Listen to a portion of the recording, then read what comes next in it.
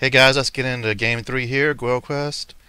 I'm going to be going up against Warriors of Chaos. This is going to be meeting engagement, but there's no reserve roles. You just deploy meeting engagement. Alright, and the battle points you can get bonus here is +1 for each monster you kill to a maximum of 2. If you don't have any monsters, then your opponent automatically gets 2 points. If you only have like one monster, your opponent automatically gets 1 point. So my opponents have 0 monsters, so I'm going to automatically get 2 points. I only have 1 monster, so he's automatically going to get 1 point from me. You also get 1 point for each unit to a maximum of 3 that are in terrain at the end of the game. You don't get this if the enemy is also in the terrain with you. But at the end of each turn, any unit you have in terrain takes D6 Strength 3 hits at the end of the turn. And a quick look at my army. We're just going to scroll on through here. Nothing's changed. You know, the big thing is what stallion going to live through this game. You know, place your bets now. Will Duke of Orc, recover from getting killed by crossbowmen? We'll find out. Take a look at his army, and he's going to have the standard Chaos Lord on the disc. The 3+ ward, rerolling 1, so almost like a 2+ ward. He's going to have a level 3 sorcerer and a level 2 sorcerer, and he's going to be using Lure Metal. I think that basically for comp reasons. But he still has Lure of Shadow for his level 2.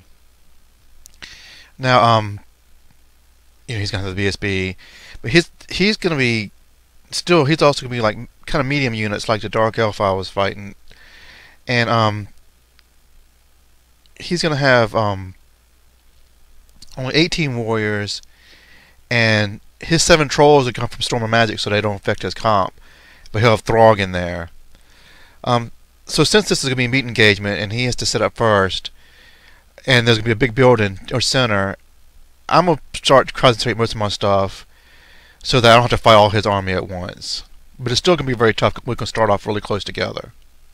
And one other thing to note, when I look at his army list, he's got 22 28, and then 245 for Storm of Magic. That's only 2473. I'm not sure why he's 27 points under, or if he even realized he was. Now the first picks I have here are going to be during Vanguards. He won roll for table side, so he has to set up his entire army, which is a big advantage for me. He's kind of spread out across this building in the middle. This building, we're just going to say just the building itself is a building, the rocks around it is a hill. So since he's split up there, I'm concentrating almost everything on this side of the building. I'm going to try to get these trolls. He's going to have his trolls on the other side of the building with Throg. Try to keep them away from my main armies for as long as possible. That's why Butt Stallion is staying there. So, will Butt Stallion live through trolls? Probably not. And this is what we're looking at his Vanguard over here. I don't Vanguard anything. I decide not to Vanguard because he's got 2 units of Vanguard and dogs. So, I decided to let him Vanguard, and then maybe I can charge his dogs and get them out of the way. I'm unable to steal initiative, so he's going to get first turn.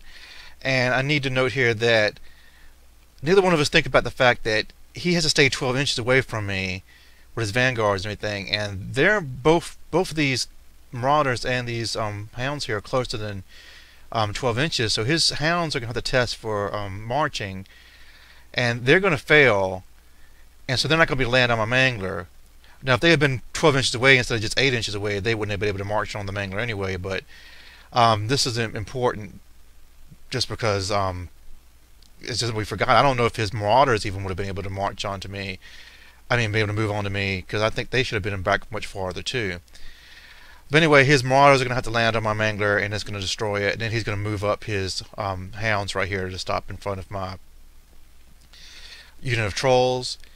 Otherwise, he's going to march up some of his other stuff. His Chaos Horse, not his Chaos Horse, or his Lord is going to fly up around on my flank. And his spawn's going to head towards a spear chucker that's close to ruins, but not in the ruins on the far side that you can't really see. Of that, he's going to do some kind of magic spells at my savages that I'm going to stop. We're all very close together, so I'm going to get combo charged pretty soon here. Alright, we're going to my turn 1, and because this Chaos Sorcerer here is on my flank, I'm going to get nervous and go ahead and move my Great Shaman and BSB into my big unit of savages. I don't want this thing charging my bunker and killing them pretty easily. So before that, I charge my wolves at his dogs. They flee, and also I'm going to charge my trolls, and you'll see in a second, at his other wolves, which are going to flee. And then over here, I have Butt Stallion could try to slow down Throg's trolls. And the only other things I have over here is like Spear Chuckers. So it's not, this side of the table is mostly devoid of my units. So in the main part of the action here, I got my spotter moved up. I was mainly had it that they're trying to keep that chariot of his from coming into my troll at the same time as everything else. And also in my magic phase, I'm gonna get Hannah Gorkoff on Duke of Orc here. That's why he's faced that way. I'm gonna lift him up and turn him around so that he can start trying to come in the rear of things if they go by him. Other than that, the rest of my magic phase is basically uneventful. My shooting isn't very good, and I'm just waiting to get combo charged. So Warrior's turn 2, his spawn's going to keep moving towards my Spirit Chucker. He's not going to rally these dogs. He's going to charge his Lord at my Pump Wagon, and then his trolls are going to charge Butt Stallion. And you can already see Butt Stallion has died, so if you voted for that in the poll, your no prizes on the way. And you can also see my spotters fleeing, and I'll explain that in a second.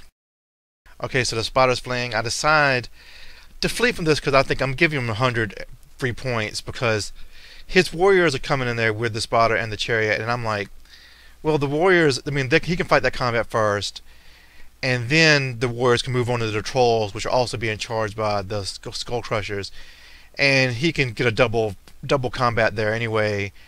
And so I might as well not give him the 300 points for the gigantic spotter. So everything else, the skull crushers, the warriors with 3 characters, and his chariot. Chariot has a long flank charge at my trolls. He needs double 6s, and he's going to make those double 6s. So all those are coming into my trolls. And as you can see here, my trolls, they get hurt bad. You can see the casualties I have off the top of the table. That's all I had left. But the good thing is this, is that the skull crushers, when they are forced to overrun or pursue, they hit this chariot of mine first. And so this chariot's angling away so that when he beats them and overruns, he's not going to hit my savages. So I'm safe from having the skull crushers come to my savages. Okay, so my trolls die. I do kill his level 2 with vomits. And I need to mention, for his magic, he's also going to buff these guys up. He's going to get the +1 to hit off on his warriors and Scaly Skin off of his warriors. So his warriors are going to be hitting me on 2s, and they're going to have a 1+ armor, 5+ ward. They're going to be tough to crack, but let's see what happens. Okay, going into Orcs and Goblins turn 2, I'm going to rally my spotter, and I'm just going to have it facing that way. My wolves are not going to be able to march up to try to redirect Throg. I don't have a picture of this. One of my Spirit Chuckers is going to do 2 wounds to his spawn. And over here I've got my wolves moved up so that when he beats this chariot, he's going to have to overrun right into those wolves and be directed away from my savages. And you can see the big thing here is that Duke of Orc is going to slam into the rear of these warriors. I needed like a 10 or 11. I rolled like 2 5s and a 6. I have plenty of room. This is going to turn the tide. I'm already up 8 to 6 in static res. So this is a really big thing for me. I think the only bad thing really happened here is that one of my Doom Divers misfires, and I think it destroys itself this turn. Okay, so when we get into combat here, in my magic I'm going to get Sneaky Stabbing off. He's going to stop. There we go. So I will have Armor Piercing, which is going to help against his Scaly Skin. And you can see here, I hardly lose anything. And, you know, he might have been able to kill a couple more savages or so on average, but you know, I roll a lot below average as well because I have 28 Savage Orcs, Strength 5, Armor Piercing, and I do not kill a single warrior. It's Duke of Orc here that's doing all the damage. I think by himself he kills 5 warriors. I'm in a challenge with his Lord with my champion, and I think he overkills by 3. So then I make all my saves against his impact hits. I think he does 3 wounds with impact hits. I make all reward saves for that. His BSB and my Warlord are kind of face each other. They're not in a challenge, but they fight each other anyway. He does 1 wound to me. My Warlord does not wound him at all. However, I have 5 attacks from savages that have to attack his BSB. So I put them in, and they're able to wound his BSB, which is crazy. Um, and so, like I said, Duke of Orc with his regular attacks and his Thunder Stomps, he's able to kill about 4 or 5 by himself. Then I have like 14 or 15 attacks going to his chariot, strength 5 armor piercing. They only do 1 wound, so they roll way below average as well. But as this is all figured out, I'm up by either 1 or 2, and he's really shocked by this, and he thinks that he should have easily won. But I have a lot more points invested in here, and I do have a good spawn coming in his rear. So I felt like I should win by 1 or 2. I probably should win by more. My savages do really nothing to his warriors. But anyway, he's going to hold, and we're going to go into and have another round of this. Okay, so we're going to Warriors turn 3 now, and he's going to charge his trolls at my Gigantic Spider. I'm going to flee. I'm going to flee because he can't get those trolls into the combat because his Chaos Lord was in the way. I think he does finally rally his wolves up here. His other wolves go off the table.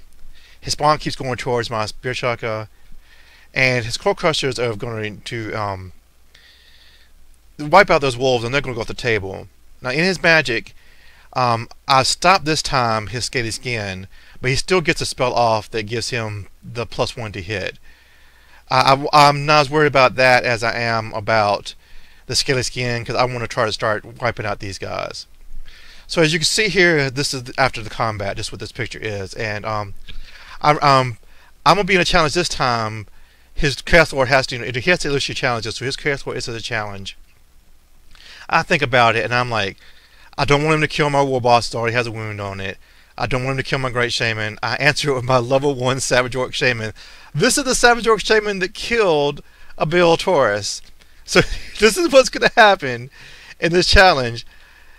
He is not going to do a single wound on me. He's going to do 4 wounds. I'm going to make all 4 ward saves.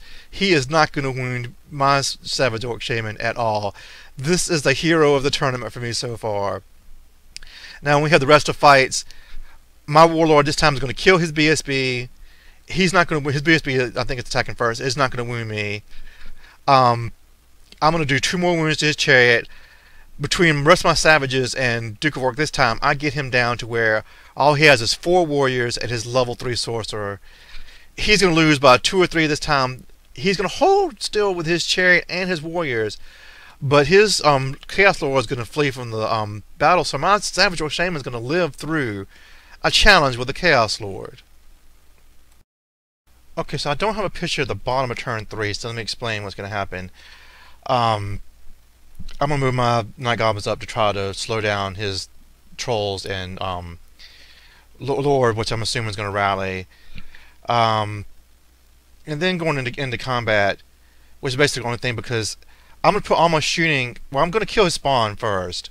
And then the rest of my shooting is going to go with his Lord that's fleeing, and I'm not going to do anything. I mean, he's got the rerollable. He basically has a 2+ ward, So going into combat, I'm going to wipe out... I'm going to have a challenge with his Sorcerer Lord, my Warlord. I'm going to kill him, and then I'm going to wipe out his last 4 warriors. His chariot, I'm not going to destroy his chariot, which has 1 wound left. It's going to break, and it's going to get away from my savages. I decide not to pursue with the Duke of Orc, and I just have him set him like this, because I didn't want my savages to get too far away from everything, and then I wanted to have them to be able to reform and maybe try to take these trolls on later. So when we're going to the top of 4 here, he's going to rally his Lord, but before that, Throg is going to fail Stupidity, so his trolls are going to stumble forward. They can't charge those Night Goblins, so that's very good for me. Other than that, his Skull Crusher is going to come back on the table right now, and he has no magic and no shooting, so this is going to be a very, very fast turn. So this is going to be the bottom of turn 4. I'm going to reform my savages here to the face of everything, move my Night Goblins up. I'm going to move Duke of Orc. I don't know if I move him or if I hand a Gork him up in front of the chariot. The chariot's rally, but it's not going to be able to get anywhere away from Duke of Orc because, his random movement. So I can't remember what kind of magic I do. I think I just put Air Go on my savages. I I may have tried to put a foot of Gork on the trolls, and it doesn't do anything. My shooting again, everything I have, I'm putting in his Chaos Lord, and I'm not doing any damage. And this can be another fast turn. Okay, unfortunately, this is gonna be my last picture I have of this game. We speed through the rest of this because we just speed through it. It doesn't look like he charges his chariot here at my Duke of Orc. I thought he did, but the picture is showing it doesn't. He's gonna just destroy. He's gonna charge my Jagged Spider and destroy it, and move up onto this hill. His trolls are gonna fail stupidity again, so he's not gonna be charged my Night Goblins, which is good for me. Now he moves his Chaos Lord over here. And so in the bottom of the turn, I don't charge the Chaos Lord with my savages. I figure he's going to flee, so I just try to do another round of shooting, and I think I do one wound, but I'm not able to kill it or get half points that way. So they go in his turn 6. No, also my Duke of Orc in the bottom turn goes into the chariot here, and I'm going to destroy it. So going to his turn 6, I think he's going to take a wound with his Skull Crushers on that hill, and I don't know how his Throg trolls. I think they fail stupidity one more time and do nothing. And so then in my turn 6, I declare Wog and charge his Chaos Lord. He flees, and I say, you're going to lose half points for fleeing. It doesn't matter because he's probably going to. He has a good chance of dying, even if I don't kill him. Well, I don't know. He's probably going to break from combat, and I might have called him, but this way he's only giving up half points. Okay, so then on my bottom of my turn 6, I'm just going to move a Spear Chucker onto like some ruins that you can't really see. So we're each going to claim 1 point. If I had thought about it on my bottom of turn 5, I would have moved a character into the building and claimed another point, but I didn't think about it. And so we're going to end the game like that. We're turn 6, it takes us like literally 2 minutes to do. Okay, so this is going to wind up a 13-7 victory for the Orcs. For the bonuses, I get the 2 automatic because he had no monsters. I'm going to get 1 terrain, and he gets to get 1 for a monster. And I think he's still on the hill with his Skull Crushers. At the end of the game, I shot them with a Doom Diver, and I don't think I wiped him out. I think he still had 1 with 1 wound sitting on the hill. Another thing I forgot is that I was shooting my Spear Chuckers at his Lord, and I shouldn't have even worried about that. I could have had another Spear Chucker in the woods at the end of the game and got another battle point. And I probably could have got a character in the building if I'd been thinking right. So I could have got 2 more points, but I really wasn't thinking about it. But after that point, the last 2 turns, we really rushed through it and did it in very few minutes there because he kept failing stupidity, and I wasn't going to charge my Night Goblins at his trolls. They were there to hold him off so that I didn't have to fight everything at one time. So we basically rushed through the last couple of turns, and that's probably why I didn't think about trying to pick up a couple more points. It was still a pretty fun game, and I do feel like I did a pretty good job of splitting his trolls and his Skull Crushers off, so I didn't have to fight them all at the same time. So this is going to be undefeated for the day, even though I have 2 draws, so and I had to draw my practice game. But I'm going to be undefeated, and my game 4, which is going to be Sunday morning, is going to be against Dwarves, but it's an 8 a.m. start, so I may not be all there. Alright, Butt Stallion death tally. We're at 3 games, 3 deaths. But Butt Stallion died for this first time he's dying for a good cause. He didn't redirect, but he held off those trolls, the Throg trolls, long enough for me to be able to deal with the rest of the warrior army. Alright, so I hope you guys enjoyed this. I'll be back soon with game 4 against Dwarves. See you guys next time.